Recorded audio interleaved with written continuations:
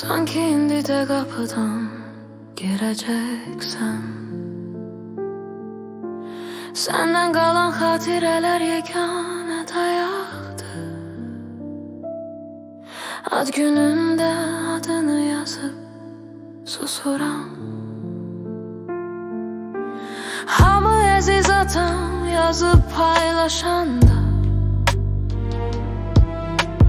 mən şəkillərə gizlicə baxıb öpürəm.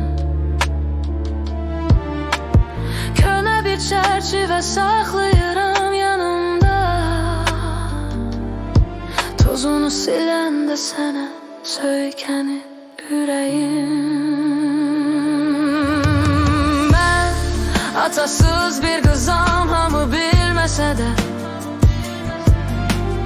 gülürəm amma içimdə fırtına. Soruşurlar haradı atan deyə bilmirəm. Dilim susur için bir uşaq ağlayır o mənim. Soruşanda haradı atan gülüb keçirəm. Gözüm qaçır pəncərəyə, boş küçəyə.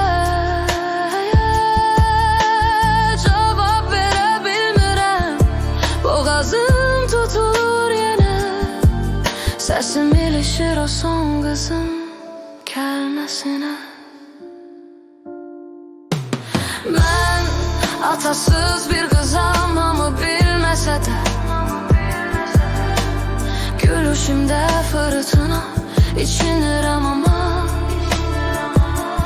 Soruşurlar haradı atan deyə bilmirəm.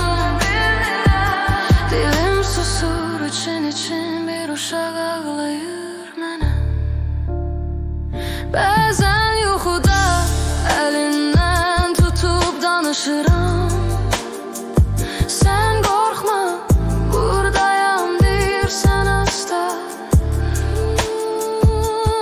Oyananda yastığın islanır sessiz. Sən gedəli mən uşaq kalmışam burada.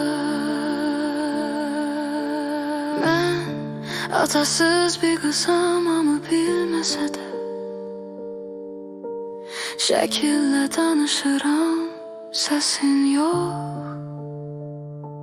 Özümdən gedirəm, soruşurlar hardadı atan deyə bilmirəm. Dilim susur için bir uşaq ağlayır o mənə. Mən atasız bir